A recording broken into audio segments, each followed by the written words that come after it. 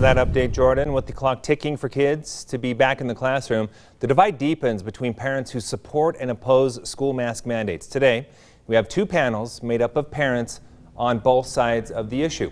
We do begin first with Chris Phillips and Dr. Stephanie Goldstein. Both are parents who support masks in schools. And thank you both for being here. We appreciate your time tonight. Thank you. Thank you. Let's start off with your thoughts on what we just heard from Dr. Dunn and the Salt Lake County Health Department recommending masks for kids 12 years and under in Salt Lake County. What do you think? Yeah, kids don't have an opportunity if they're 12 and under to opt in or out of the vaccine. The emergency use authorization is only been issued down to kids who are 12 years of age. And so we're in a situation where we need to do something to protect these kids in our schools. There are so many people in our community who are still susceptible to COVID-19, and we need to be able to protect these kids from catching it. Doctor, do you believe that 12 and younger meets a reasonable requirement at this point, or would you like to see it go higher than that? I think it would make sense for it to be universal school masking, and the reason I say that is because there are a few things that are different, as a lot of us have been hearing with the Delta variant. The Delta variant, as we've seen, is much more contagious. It has much higher viral particles or viral load, so people are walking around with a whole lot more virus in their noses and respiratory tracts. And also, even those who are vaccinated, while they're not getting sick, we are finding that they are able to transmit the virus. So for those reasons, I think it makes sense to have all children have masks in school.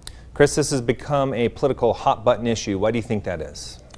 Yeah, it's really tricky. You know, you've got parents on both sides of the spectrum who are concerned about their kids, and I can totally understand that.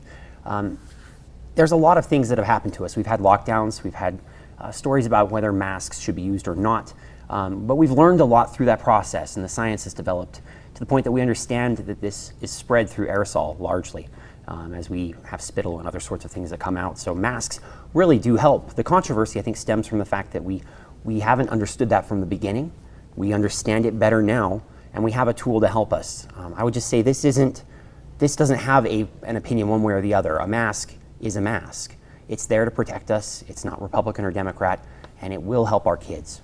Dr. Goldstein, a lot of parents are saying, look, this should be our choice. Vaccines are readily available for most, those 12 and older, so most middle school and high school students at the very least. And they're saying, look, if my kid's not sick, not showing symptoms, why should they have to mask up? Your response to that?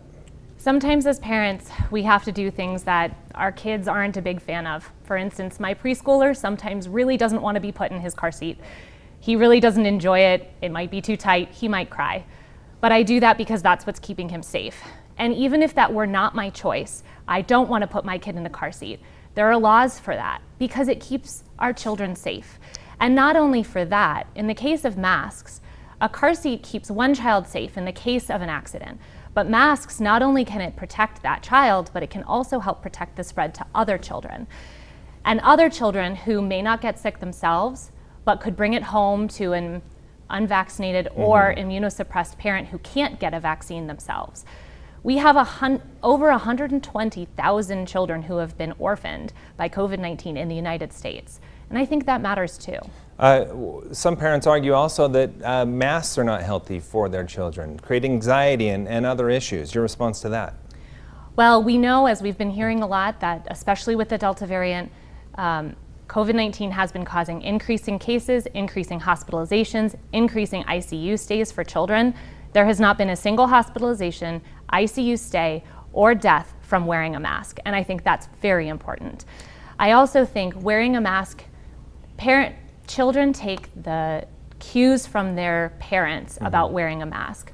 If you watch your child fall down and skin their knee and make a big deal about it, oh my gosh, I'm so sorry. You know, a lot of times children will cry, will say, oh my gosh, that really hurt.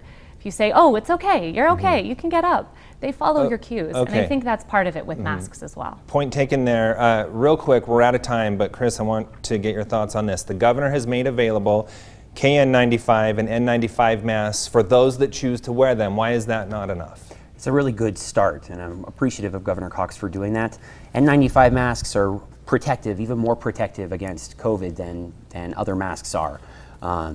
But they work best when everybody's using them, because masks are really good at containing what you have coming out of your mouth and your nostrils, and they're not quite as good at protecting you when you're aware and someone else is spreading.